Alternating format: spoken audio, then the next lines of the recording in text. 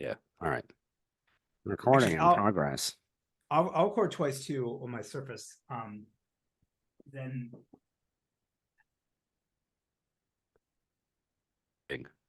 Yeah. All right. Cool. We're good to go. All right. how's my audio? You sound great. You sound great. You look Okay. great. Yes, working on it. All right. Cool. So, I don't know. Do you want to introduce yourself? Because no one knows who you are. Sure, yeah. Uh, you want like, hey guys, I'm there, like that kind of stuff. Yeah, sure. Just, Yeah. nice little intro. Make sure everyone like is cool with your bona fides and whatnot. This is your podcast, right? This is like this is not. I was just gonna stick this on YouTube or something. Yeah. Okay. Sure. All right. Hey guys, this is Andy Pavlo. I'm an associate professor of databaseology at Carnegie Mellon University. I'm also the CEO and co-founder of Ottertune, the automated database tuning as a service based on machine learning. And I'm talking to Erik, even though it's your podcast. Yeah. So cool. Nice to have you here, Andy. Yeah, thanks for having me. Yeah, of course. So you do a lot of stuff with databases that are not SQL Server, and I pretty much do a lot of stuff with only SQL Server because I'm not smart enough to use other databases, or I'm not smart enough to learn more database stuff. My head is just crammed with SQL Server. I couldn't possibly fit another database in there. So tell me, what sort of stuff about Postgres? Like what drew you to Postgres? What got you in there? What made you a Postgres fan? So I mean, there's a couple of things. One, I'm biased because my PhD advisor invented Postgres. So Okay, that there's works. that. All right. It is open source. And I guess my journey to using Postgres, and I would say for my students that take the database classes at the university, I mean, I tell them for any new project, the default choice should be Postgres. And the reason why I say this is because in terms of all the open source, freely available relational database systems, by far it's the best in terms of the, the capabilities, the features, the functionality. And when you think of maybe the alternative is like SQLite, SQLite is very, very good, but of course, obviously, it has its own quirks and it's an Yeah. embedded database, so it's not really meant Bit for limited. bit Yeah. limited. And MySQL, I would say how I ended up, coming around to being a huge Postgres fan was the first database I used when I was in high school was MySQL, like Sure. MySQL 3. Oh yeah, I And so mean there's it's huge for like just about every beginner database project. right. And so there's a lot of, like I said, like, oh yeah, I just didn't know. I'm like, oh, this is how databases are. And like MySQL had its own quirks. And it wasn't until like I started using Postgres more and more, and like, oh, realized like, oh, this is what it really should be like. This is how you really should care about these kind of things Sure, in yeah. implementation. And it sort of expanded upon that. Yeah, I've always been a shadow Postgres fan because, like, I think for a lot of this stuff, a lot of the reasons you mentioned were like, it's open source, so you can like look at the code and see what's going on. Like, if you can read code at that level, and I like that the community is able to pitch in on like specific things that they care about and like really push that stuff through. Like with SQL Server, you're at the mercy of sort of whatever the marketing people think is important to get in, and there's Mhm. like the Oracle competitive checklist of things that it needs to get in there, and plus whatever like database meme of the moment is really popular. It's like, oh, we got to get graph in there, oh, we got to get node in there, oh, we got to get vector search in there, we got to get ledger in there. Like they just push out this stuff that is like, like sounds good to like, people who write checks, but maybe probably isn't like anything that database like developers or admins are like psyched on. So you're at this Right. like the weird mercy of this company just being like people beg for stuff for years, like, please, we just need this one thing, and then it shows up like four releases later to like, little fanfare because everyone's like, oh, about goddamn time. Yeah. It's tough to say that, that SQL Server, I would not come as a bad database system, right? No, it's not bad at all. I mean, I love it, but And certainly there are for its certain things that are frustrating working with it in that way. yes. I mean, I would say also too, like T-SQL it's not that different than sort of PostgreSQL's dialect or other data systems, but Sure. it's different enough. I'm like, yeah. Yeah. Well, Um, I think Postgres implementation is I mean I might be wrong about this, but I do think it's a lot closer to the ANSI standard, and I think it's been extended in really useful ways beyond that. That like yes. like stuff that I've been jealous of for years over there. is just like I can't imagine that ever showing up in SQL Server and just being like, oh cool, we finally have that. Like we just got generate series in SQL Server Yes. 2022, which is I, wild. I would say the double colons that like for typecast or casting types. Yeah. For and like that one is like I use that all the time. Yeah, it's cool. It's not the SQL standard, but it's like it's one of those things where like when I use another data system, because in the class I like to demo other systems, including Right, yeah. SQL Server. Like I find myself like that's like my muscle memory. I try to type that all the Yeah. time, and it's just not there. Yep, yep, I would yep. say, for SQL Server, for despite its age, right? I'm sure your viewers are familiar with like the lineage of it's a fork of Sybase and so forth. Yep. Yep. So we're talking like a code base that at least originated from the 1980s, even Yes. though it's been rewritten several times over and over again. Yeah. Despite its age, it's still one of the like I consider it a state of the art database system. Yeah, of And course. if it wasn't the fact that it costs money, maybe closed source, I would some cases recommend that over Postgres because it certainly Yep. does things a lot better than Postgres does. Yeah, in some places. But I think in places where so like outside of optimizer stuff or like, like sort of internals, I think But one place but where for optimizer stuff, like we'll get to the internals, like that's sure. huge. Like No, it don't just is. don't. Yeah, It okay. is, it is, but like the point that I was going to make is a lot of SQL Server DBAs will look at Postgres and be like, oh, well, like, it doesn't have the great high availability stuff that SQL Server does. It doesn't have like the great like availability group type stuff. But I like the cloud is changing a lot of that because the cloud's just like, well, we got your back on that anyway. Yeah. But the stuff that like I think we're probably more keen on, which is the internal stuff and the optimizer stuff, is where I don't know. I think there's probably room for like pistols at dawn in some places. And what do you mean in terms of like a bake off against Postgres? I don't think Postgres even come close to what SQL Server can do for these Yeah, well, I things. mean, it has a query like planner, not a query optimizer, right? It's like two like distinctions there. Like everyone likes to throw that around. But I don't know. I think for what you get out of Postgres, and for the price of Postgres, it's not a bad choice at all for, like you said, just about any database project starting out.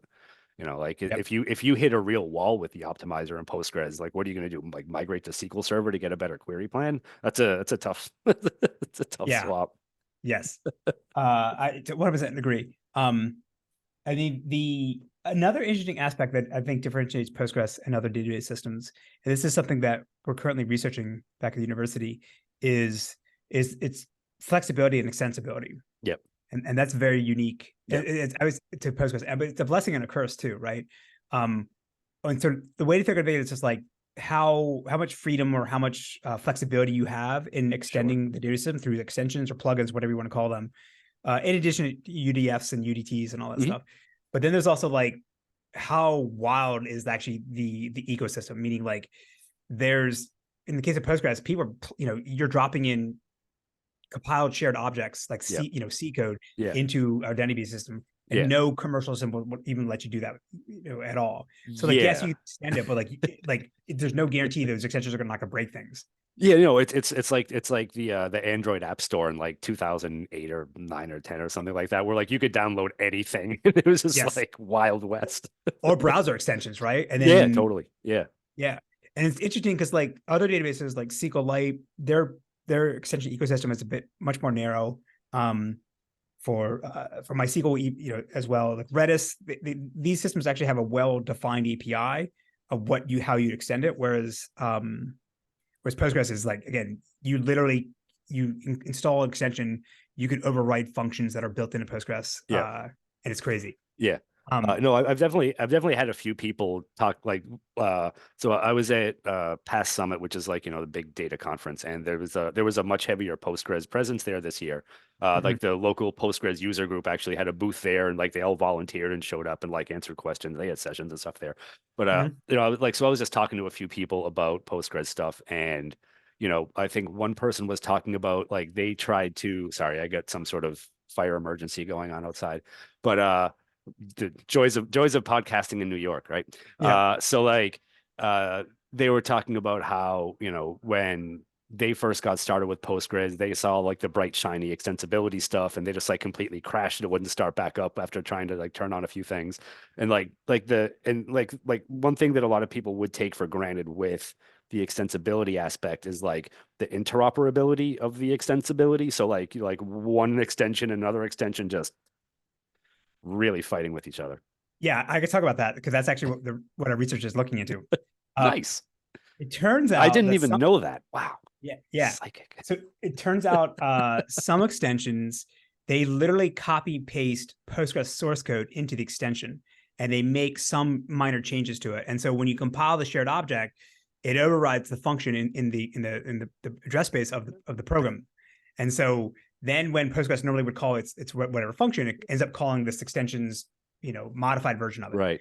Well, that's all fine and dandy until you have two extensions that both do the exact same thing. They make changes to the same function. So then they clobber each other. Or another problem in Postgres is that there's no sort of central manager for extensions. And so it's up to the extension itself to make sure that they call whatever extension was installed before it. So Right. literally overriding like, hey, call this extension. And it just calls whatever the last one that was loaded.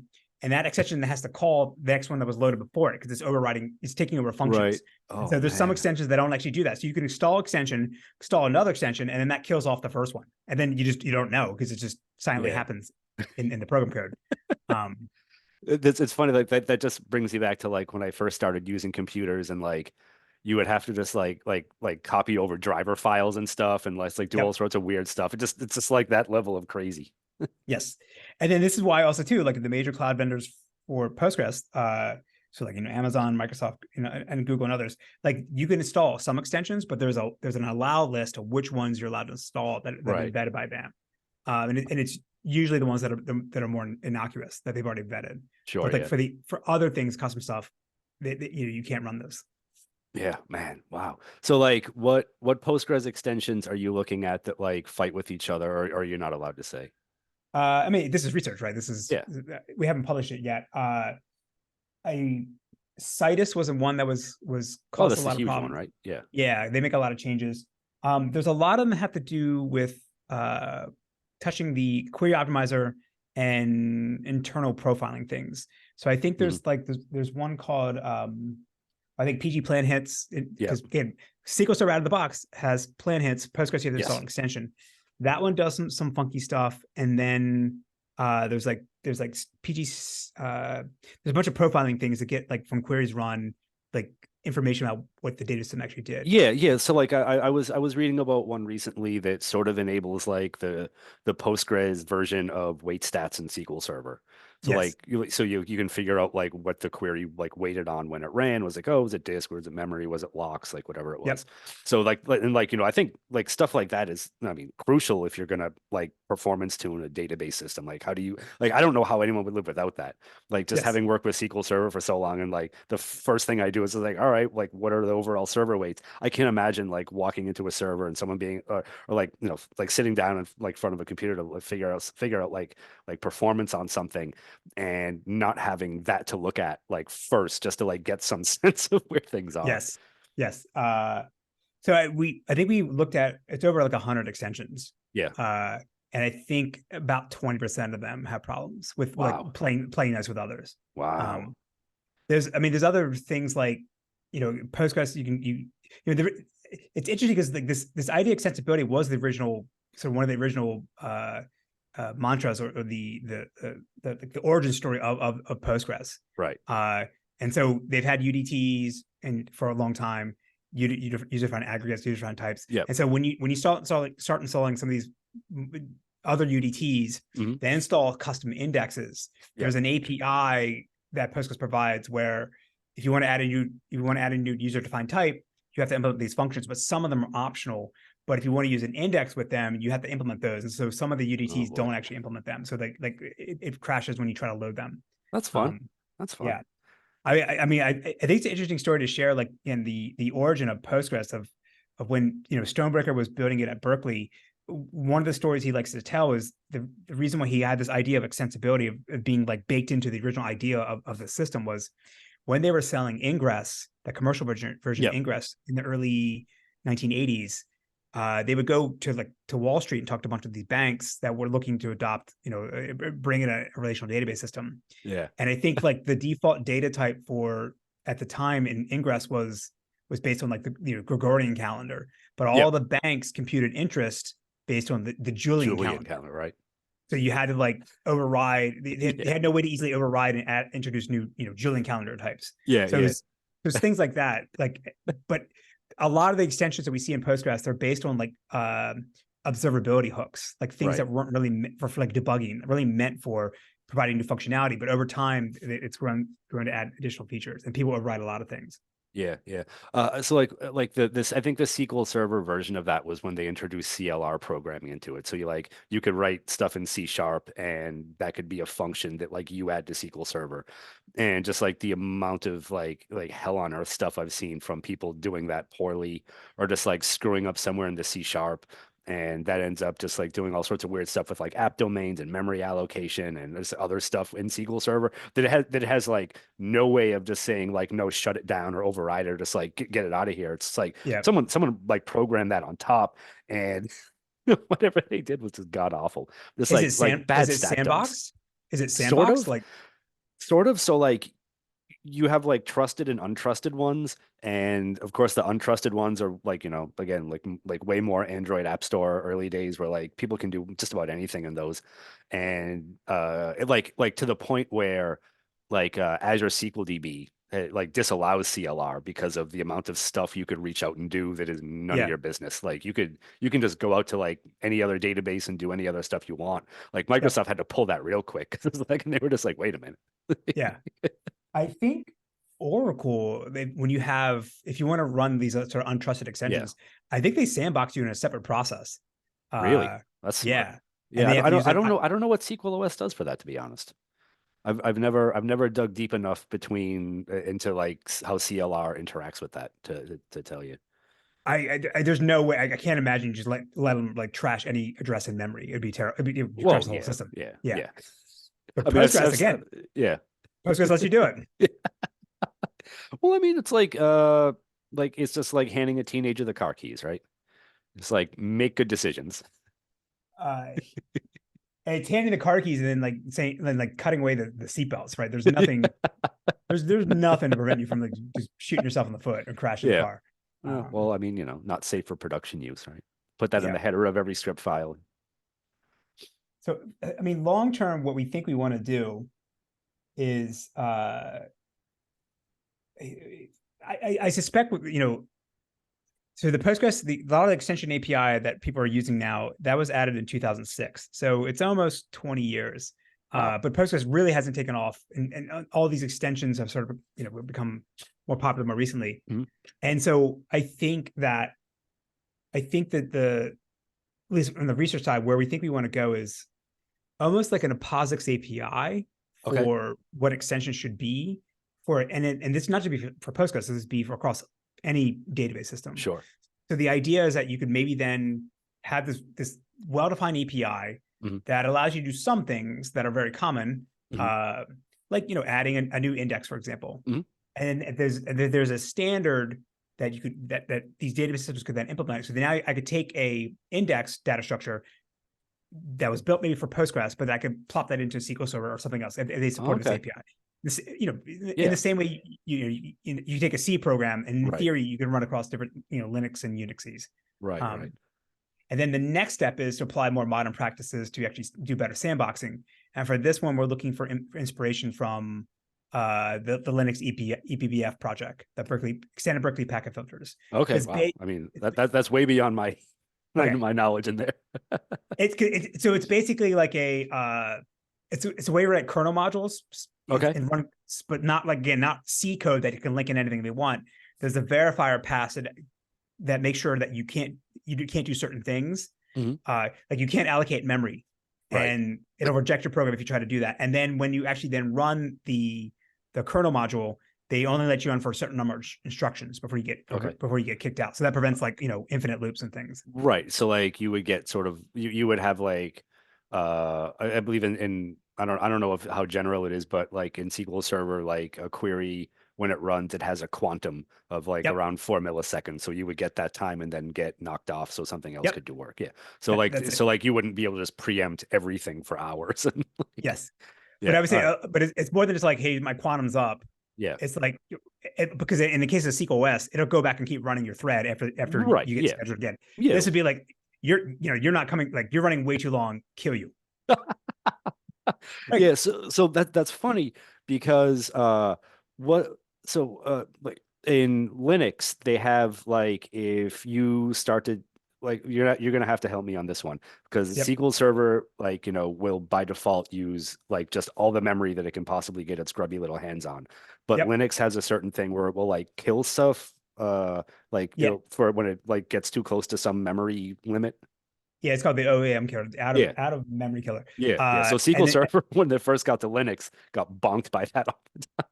yeah, yeah, yeah. So it's a basic same idea, and I think for Linux, I think the default is to kill whatever process is using the most memory, Yeah, and that turns out to be like yeah. the easiest thing and SQL Server sometimes the every time. best thing. Yeah. So it's sort of the same idea. I mean, this is research. I don't know how it's going to work out, but like this is the path I think Yeah, no, for this. that sounds fantastic. So what do you think the odds are of Microsoft accepting any sort of extension like that? Like let's say you wanted to give them like JSON B because Microsoft's JSON implementation is basically just in varchar max with a bunch of fancy brackets in it. Yes. I I would say this is above my pay grade, right? This is Sure.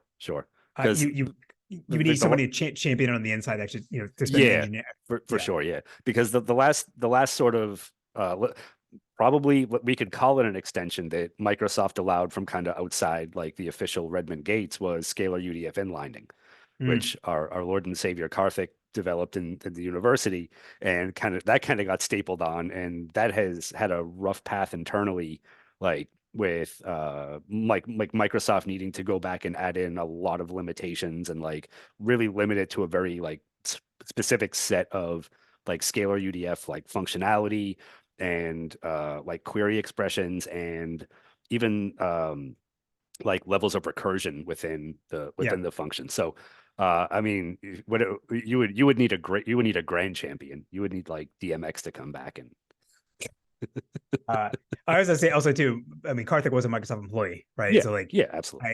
I don't. There's no plans for me right now to be a Microsoft employee. So, um, Good.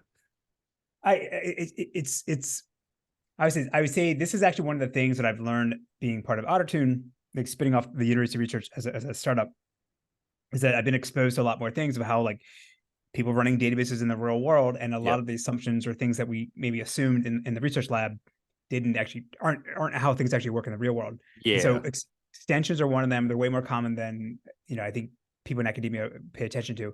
And then I think proxies are another one sure. where we see things like, again, this is mostly in the case of Postgres, but it comes up in other ways. Like a lot of people running Postgres with a proxy in front of it, Yep. but then proxies are like no one has really looked at them to see how you actually can make them work better, work faster. Right. Yeah. Gotcha. Yeah. So, yeah, and with Microsoft, I always imagine it being very walled off in that regard. I think it would take a really weird sea change in like the database landscape for them to open up SQL Server in any meaningful way. And I think like even if it were to get opened up to allow like even like what you were talking about, like very like restricted, safe extensibility things like Mhm. they're never gonna like just let you look under the hood of the optimizer and be like, well, here, just make a couple tweaks. Go ahead. I'm sure you know what you're doing. Yeah, You yeah, of look course, yes, trustworthy. yes.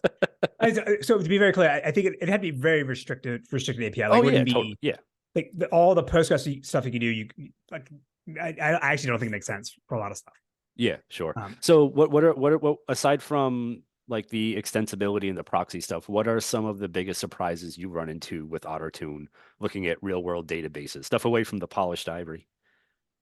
I would say that we overestimated not the sophistication of database users, but I think we You can overestimated say how much. competence, it's okay. No, even then, no, but people, people have their. It's like you have your day job, you have all this other stuff you have to do. Mhm. At the end of the day, a lot of places don't have DBA shops. They don't have an Eric Right, Darling, right. right? So the we've had it's the obviously the spectrum of sophistication varies a lot. Um, on one hand, there's some people that know what they're doing, um, but like they just don't have the time to do it, or like their Oracle SQL Server, Right. DBAs, Right. and all of a sudden someone foisted a MySQL Postgres database on Yep. them, and they're like, I don't know what to do. Like Yep. the ideas are roughly the same, but like they don't have Right. time to go figure things out. And then on the other end of the spectrum are people that have told us that they thought Amazon was tuning their database for them. And I was like, that's not happening. So I would say that I think some of our earlier papers we did with Ottertune, and just for the background here is that we're using machine learning to automatically optimize the configuration knobs of database systems for Yep. MySQL and Postgres. So buffer pool sizes, caching policies, log file sizes, and so forth. Sure. Um, so in some of our earlier papers, I think that when we ran our experiments, you need to compare against something to say like, okay, well, how good can Ottertune actually make things better? And so we obviously didn't want to compare against like, okay, you download and install Postgres and just don't do any configuration, just turn it on, because nobody Yep. really does that. Right. Yeah. Because I think by default, Postgres assumes you have like, running on a box with 128 megabytes of RAM, like nothing. Yep. Yep. So we did some tuning to be our baseline. We're like, oh, this is what a reasonable human would do. And I think that we overestimated what a reasonable person would do. So like, it's actually, Sure. so we find Ottertune actually working better in the real world. Yeah. The baseline is actually lower. Yeah. Yeah, So that's I mean that's awesome to hear, one, because it speaks to how good of a product it is. But like I mean that's a lot of what I run into doing consulting, where a lot of like people have like I think especially for SQL Server, the assumption is for the amount of money you pay for it and for the amount of like headlines that have come out of like Microsoft things, where it's like the self-tuning, self-healing, like most amazing show on earth database, that they expect it to be able to do a lot of things that it just can't do, or like that it just doesn't do, and like they expect like the out of the box configuration to like know and care what their setup and their hardware and everything else looks like. But like they don't realize that like databases are incredibly generalized pieces of software, like yeah, especially like the optimizer, where it's like that thing is designed to be able to work well on a computer that has like 128 cores and 4 gigs of RAM, or 4 cores and like 12 terabytes of RAM. Like you should be like it's like it doesn't care what's outside. Like it yeah. doesn't like the outside world doesn't matter to it. It's just like, you want to join these tables together, cool, there you go. Let me ask you, like, Yeah. Microsoft was at least from the research perspective, there was this research project called Auto Admin, Hmm. uh, by Surjit Chaudhry and other people at Microsoft Research. To me, that was always at the cutting edge, and I know a lot of those things ended up in the product. Yeah. So like, when you out in the field, do you actually use a lot of those auto admin tools to do like auto tuning, or is everything still So manual? So if by auto admin you mean the stuff with Index like the tuning? index tuning, the plan correction stuff, I don't end up using that a lot. So the cool thing is that a lot of that stuff, and this happens a lot with SQL Server features. The cool thing is that a lot of that stuff ended up in the product. The uncool thing is that a lot of it like was V1 and done. So like Oh, that stuff doesn't get a lot of development. There's not a lot of exploration. There's not there's not a lot of like constant iterating on it. What Microsoft has been doing a lot of work on is the IQP, the intelligent query processing set of features. So like every release, there's kind of like a new set of tweaks and knobs, then heuristics that come out that help like certain things happen automatically better. So like adaptive joins, like batch mode on row store, like batch mode memory grant feedback. It's no longer just batch mode memory grant feedback. There's like a lot of like a cardinality estimator feedback. There's like a lot of cool stuff that comes along that helps either a plan do better at runtime, or it helps the optimizer take a second look at a plan and be like, okay, well, where did I screw up? So yeah. like, or like, where did I go wrong? Because like before it was all just very YOLO. Like it didn't matter what happened before or after. Like that was the query plan you got, and we're sticking with it. So like that stuff I think is really neat, because that stuff, I mean, well, it makes writing demos and stuff really hard and confusing as you get into like Yeah. more modern features. Like I think it really does help people who actually like have workloads that either are third-party vendor apps that they can't like meaningfully tune themselves. Like the code is all black box, and if you change indexes, you break your support agreement. So that stuff is really cool. But like a lot of the automated stuff, especially where on the indexing, like in Azure SQL DB, it's just kind of a nightmare. It's not too far off from like the missing index requests that you would get in like query plans or like in the dynamic management views. Yeah, And a lot of the like, A/B testing is very, very limited to like helping a specific part of the query. It's all very like where clause centric. Like once you yeah, get beyond the where clause to like other like relational stuff that like would totally be great to like have, some index ordering for, like joins, order by, group by, windowing functions with the partition by, order by stuff. Like it's just still very blind to those things. got it. And like you still kind of need a human being to come in and be like, no, no, no, no, no. Like good job. Yeah. Appreciate you, but Is that so? All the sort of adaptive stuff you just mentioned, is that turned yeah. on by default? So like most Uh, people, Sort yeah, of. I mean, of course, Enterprise Edition. You have to fork okay, over money for it. There are some things that the Standard Edition gets, like Standard Edition got UDF inlining, which was cool, because I think they needed to expose that to as many people as possible, to, like yep, figure out what things was going on yes, with it. But most of it is Enterprise Edition only, and where Microsoft kind of gets you, like really sticks you in the ribs, is a lot of that stuff is only on under two circumstances. If you are in the highest compatibility level available, like database compatibility level unlocks certain features. mhm, It also unlocks weird cardinality estimator stuff. You probably remember 2014 or so when they introduced the new cardinality estimation model. Um, so there, like you get that along with some of that stuff, and then there are a bunch of database scope configurations where you can turn different flags on and off. There are mhm. trace flags, there are like all sorts of settings that allow you to like interact with things in different ways. So a lot of this stuff does happen by default, assuming that you're on Enterprise Edition and you're in a like high enough compatibility level. And then Yes, some of the settings are still opt-in though. got it. Okay. I mean, again, so none of those things exist in Postgres, right? Like Right. it's basically almost like an empty car frame. You got to like tweak it and modify it to do whatever it is Yeah. that you want to do. I mean, All right. My So SQL page is the same thing. yeah, so so here like my big question is uh so like what we were talking about earlier, where Postgres by default doesn't have a lot of stuff in it. So how do you like think about like weight stats and like the extension that allows you to see weight stats in Postgres? Like how does Ottertune go in and figure out if the changes that it's making are generally good, generally bad, or like what needs to get tweaked or rolled back, or what's the sort of like, I mean, you don't have to like give me technical details, just sort of what's like the general philosophy behind like figuring that stuff out. So let's just focus on knobs. The way because I mean indexes and query tuning is a whole other beast.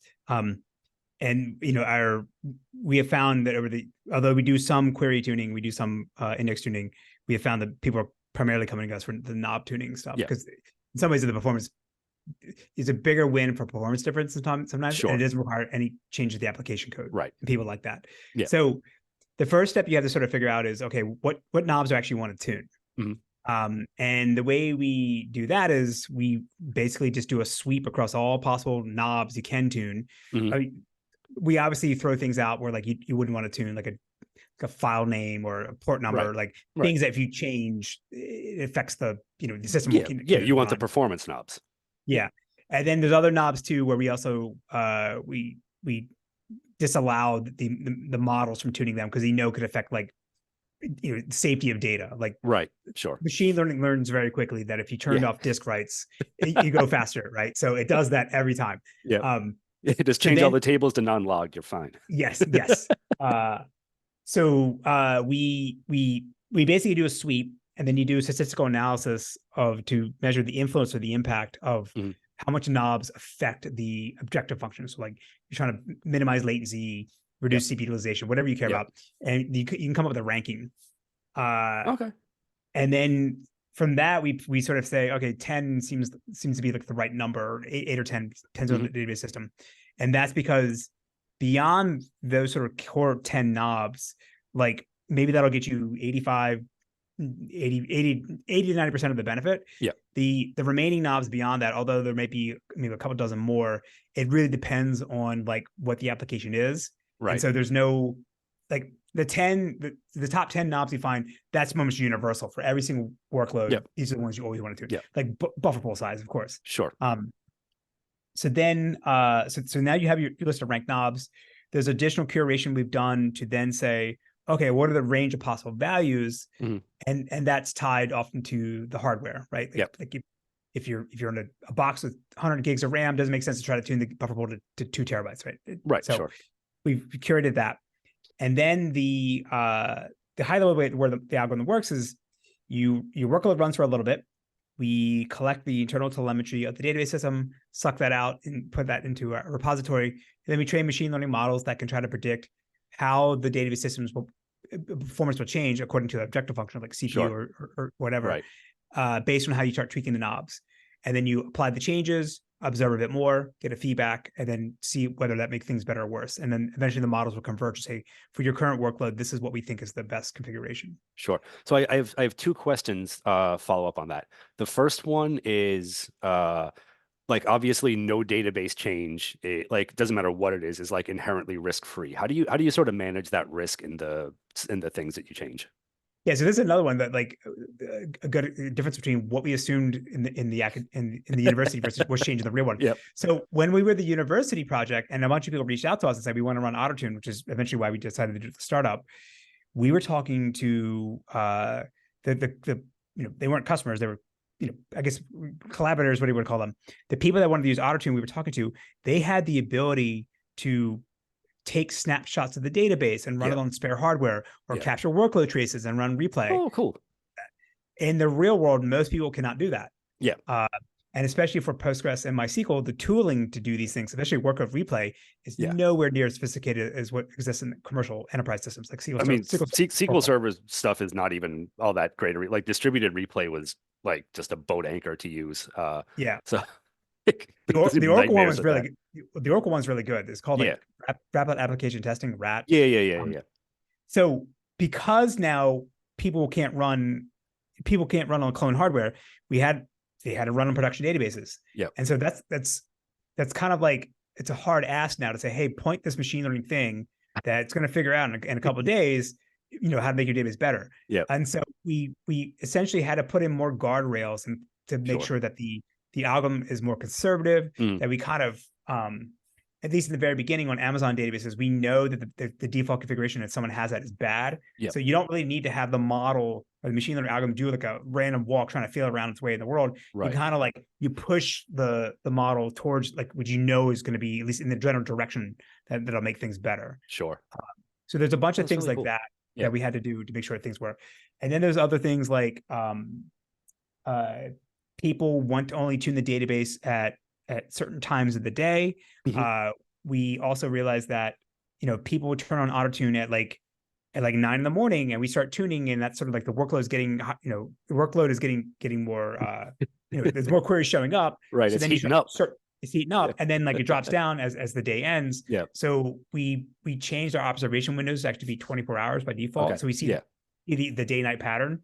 Mhm. And then you got to skip weekends, you got to skip holidays. So there's a bunch of crap like that. It's like Yeah. not hardcore research or hardcore machine learning, Right. but like you have to do because you're dealing with databases in the real world. Yeah. So I mean, so that I'm going to get to the second question in a second, but that's interesting because, like at least SQL Server world, you'll have like daytime stuff, which is going to be like the OLTP-ish stuff, and then people running reports and whatnot, and then nighttime activity is usually either like maintenance or some type of like ETL-ish task, either like pushing data to another database or server or something like that.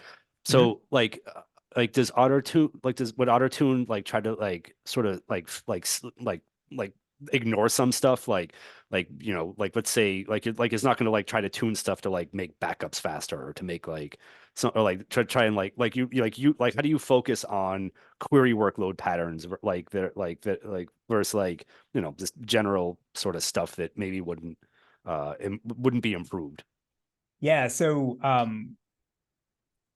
we don't do anything really sophisticated right now. Like you can Mhm. sort of set the time window during the Yeah. day when you want to look Sure. at stuff. We've had people ask us like, hey, almost exactly as the use case you're saying, like, hey, during the day, I want this configuration because I'm trying to do write heavy stuff on OTP. Yeah. And then at night switch to this Yeah. configuration. We don't do it yet. That would be cool though. Another use case is people said like, well, I know at the end of the month I'm gonna do a bunch of reporting jobs. Yeah. For Yeah, my sure. accountants or whatever. Sure. So when this happens, switch to this mode.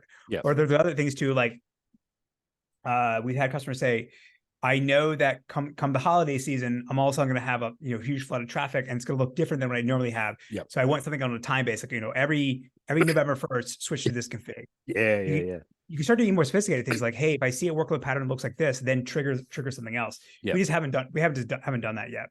Yeah, I mean, and it's good to have those things in your pocket though for when you get bored, right? Yeah. Yes.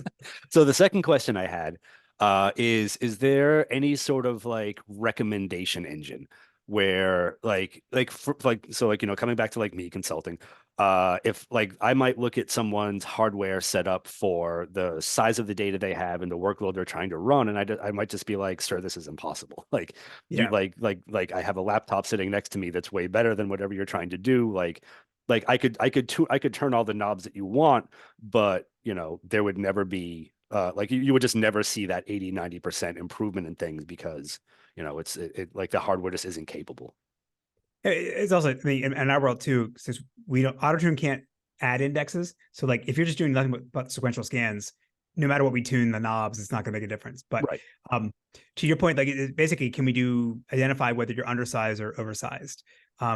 So we haven't done this yet. We're actually going to start looking at this 2024. And we think this is something that machine learning models can help us, that we already have, can help us guide Totally. us. The reason why we haven't really focused on this is because when we first decided to do the startup, it was right when the pandemic was starting. Yeah. And so at the very beginning, we were trying to just get funding and figure things out. And Dana, my PhD student, she was still writing her thesis, so she was sort of finishing up. And then as the pandemic kind of kept going, all the tech companies were flushing cash because Yeah. everyone's working home for whatever, and no one really asked us to save them money. There was one Okay. travel site cared about saving money because Sure. obviously They're they were not hemorrhaging making money. any money, right? I got, because it was booking.com. I can say this publicly. And so and so everyone just cared about performance. But Mhm. now in the last year, I think it's come back around where everyone's like, hey, how can Ottertune save you money? Yeah. So this is, and so in in something like on AWS, Yeah. especially in RDS, where you pay per like Sure. instance, if it's provisioned, unless you unless you downsize, there isn't any savings to be Yep. found.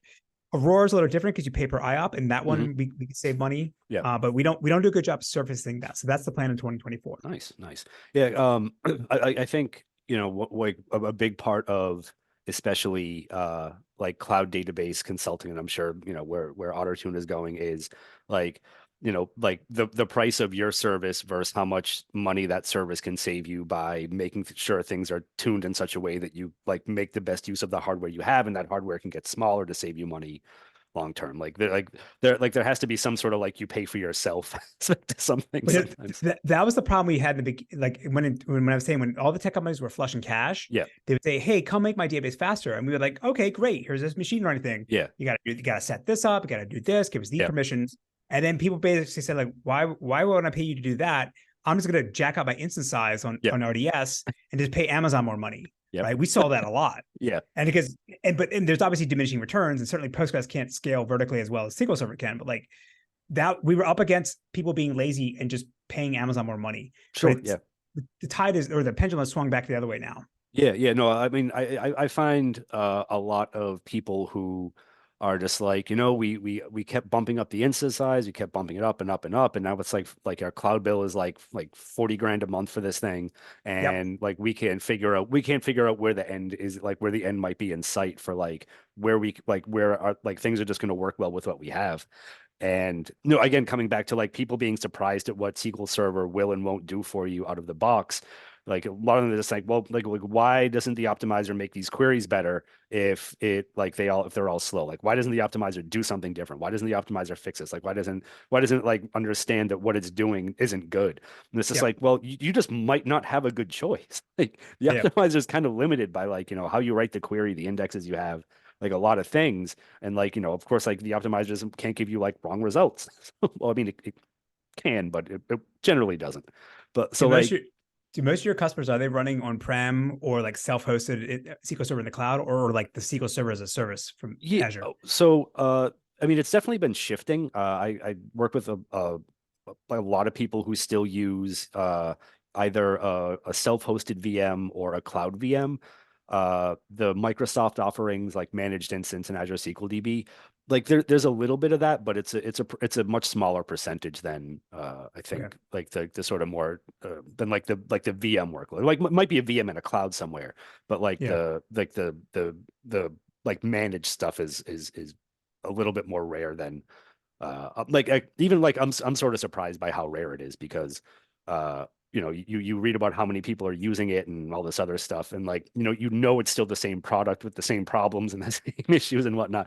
So like I wonder if like they just have maybe people who do that stuff just maybe have more savvy teams, or maybe like you were talking about, they're just happy to keep turning the instance size knobs up so their problems go away for another Yeah. like month or 6 months.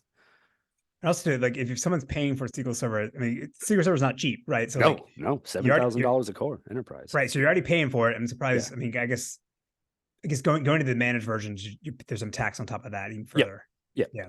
Yeah. I mean, like, and then there's like, even levels of service within those. There's like the general tier and the business critical tier. And, there's really a lot of options out there. You Yes, can of course. Yes. that you can pay more and more money for. I make the joke that the business critical tier is you get a senior DBA, the general purpose tier is you get the junior DBA setting up your system and doing things. Nice. So, Yeah. but yeah, I don't know. I don't know. I like the direction things are going in, but at the same time, it's just sort of like, when you think SQL Server is closed off, like as a whole, the managed stuff is even more closed off, and you have to like start up with a whole different set of people to get the whole promise of like Azure SQL DB and managed instances was you are going to be running on the newest version of SQL Server at all times. You're going to have everything like before everyone else. And that's just not true. There are a bunch of features from like even SQL Server 2019 that aren't available in those things. So Mhm. like there's a weird dichotomy in there where people are just like, yeah, we want to be on the newest and the best. And I'm like, well, you should run SQL Server 2019 in VM then, because they have Yeah. way more stuff than you get. Yeah. Yeah. Yeah. And like big features too, like in-memory TempDB is one where that has solved a ton of TempDB contention problems for a lot of people that I've worked with. But in managed instance, you don't get that for some reason. It's just like it's not even on like a roadmap, and it's just weird because you're in the cloud. You should have everything first. Like you should get all this cool stuff. But yeah, just doesn't always pan out that way. Yeah. And you would think it'd be, not exactly the same code base, but like pretty similar that you just turn it on, like you get it, you compile it Yeah, for the on-prem yeah. or self-hosted version, and just you get it for the cloud one. Yeah, well, I Um, mean, from what I understand, it is the code base just with like certain like feature fl- flags flipped on and off. yeah, yeah, yeah. So it's and you don't have access to that stuff. Just like dumb things too, like Amazon RDS, you have to like go through a weird different store procedure or something to look at the error logs. Mhm. It's like you just can't just use the regular out of the box stuff. Yes, There's just a lot of weird quirks and like just limitations and things that you would think that like the cloud wouldn't need to impose on its users for what they yes, what they charge them. yeah, yeah, of course, yes. Yeah, so you mentioned I got about 5 minutes left here. You mentioned a few things on the roadmap for Ottertune. What's some other stuff roadmap wise that you're really excited about getting it in the next year or so? So I'll talk about Ottertune stuff, and I'll talk about research stuff. Yeah, I think again, what I like about being, still, even though we're doing the startup and that's been fun, doing the, still being involved in research is it's nice because like I can put my CMU hat on and go talk to right. companies, and I'm like, a neutral party like in Switzerland. Yeah, So with Ottertune, I think that exposing cost savings is a big one.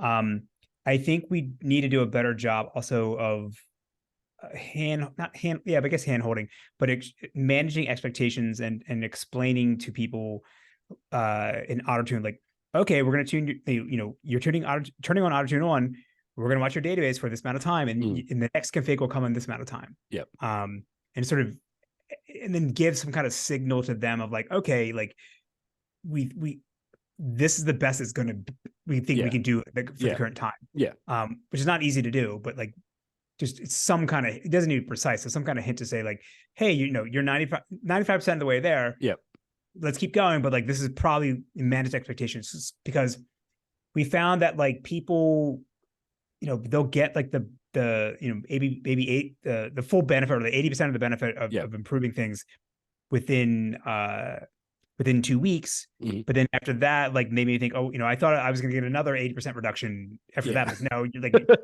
we're at the bone. There isn't much more for us to cut off. I mean, the same thing happens to me with query tuning too, where, someone's like, well, this thing runs for 30 seconds. And you're like, cool, like, spend a few minutes, get it down to like 2 or 3 seconds. And they're like, well, we want it to be like sub 500 milliseconds. And I'm like, yeah, that's going to take me a little while. Of course. Yeah.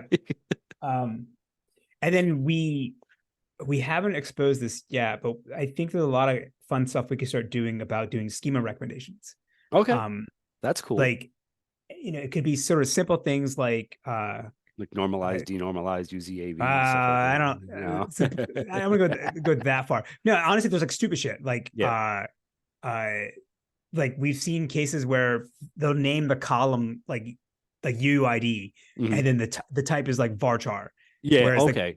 Postgres has a native UUID type, which is way smaller. So it's like things like that. Yeah. But again, the challenge with that is just like with query tuning especially, index tuning less so, but like, because it's just, we can't make the change automatically. You have to go change application code. Right. And that's a bigger ask. So like people say, okay, great, thanks. You told me that I got problems, but like, I got to go modify my code, submit the PR and test it all, and then run the schema change. So that one, it's those kind of things are hard. They're like, they scratch a database itch for me, but it's like, it doesn't move the needle for a lot of people. Sure. Yeah.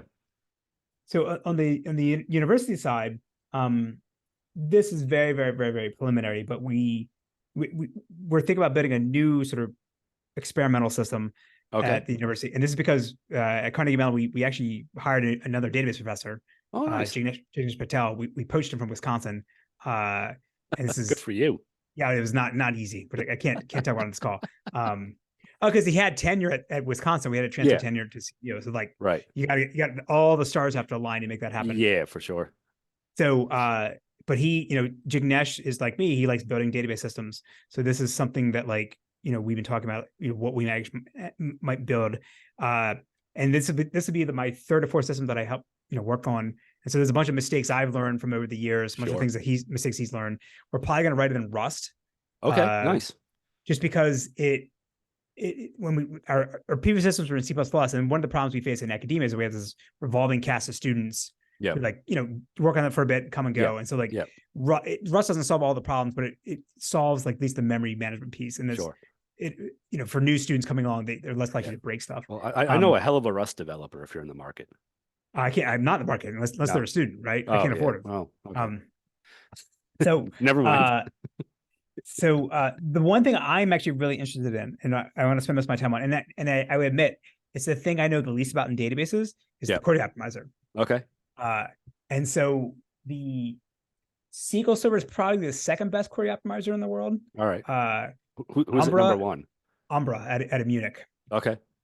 It's an academic system. Okay. What do you think it does better? So it's they support in particular they support better.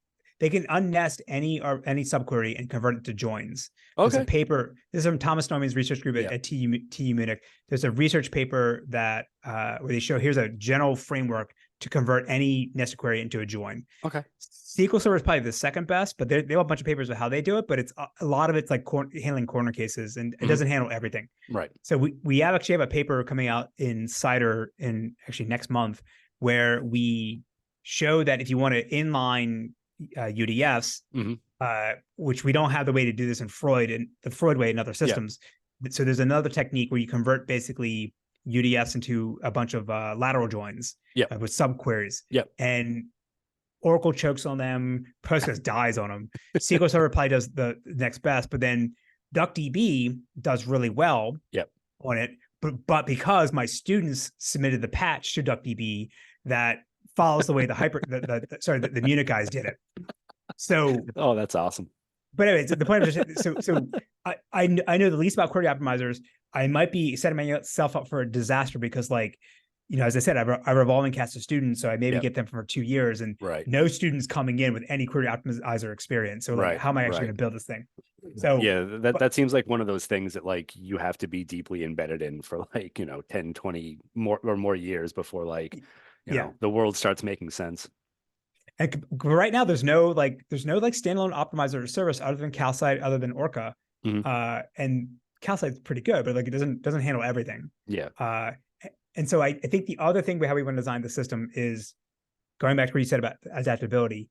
These optimizers are based on the model of the 1970s, where Yep. like the query shows up, you got one shot to generate the query plan, and Yep. then you set it out in the wild, hope it does okay. Yep.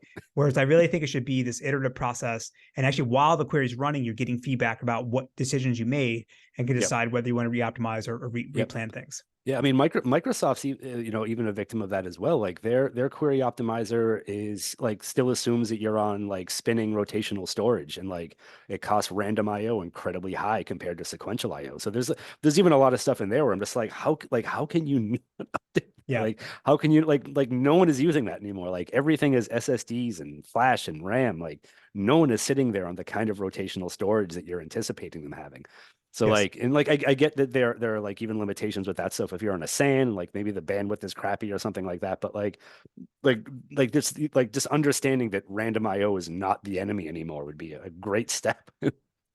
But I would say again, the SQL Server query optimizer is the Cascade stuff they built is very, very good. Oh no, I love it. Yeah. A lot of people who I am friends with and well, or, and then just kind of know out in the world have worked on it and done a lot of great things with it. Like I like my complaints are all like very specific to the things that I end up having to fix and like and do and just like SQL Server as a product, like, well, it has a lot of cool stuff in it and it has a lot of, but a lot of that stuff is completely misunderstood by developers or has been like marketed in a weird way to make it sound like it's something it's something, make it sound like it's something that it's not.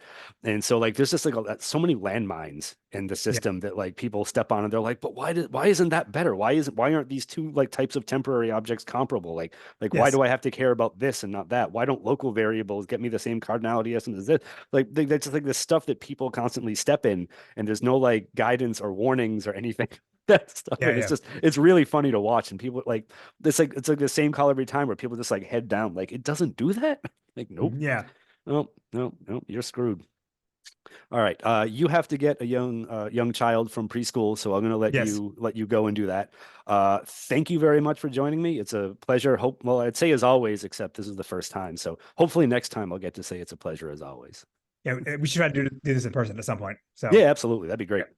All right, Cool. man. All right. Yep. Take care. I'll Have a good one. I'll kill recording, and then I'll Yep. send it to you tonight. Okay. Yeah, I mean, I have a local copy too, but if yours is better, then we'll use yours. Mine will be like actually there's no presentation. So yeah, let's Yeah. whatever. All right. I'll send you we'll look at it. All right. All right. You're Cool, the man. best, Take man. care. See Have ya. a good one. Yep.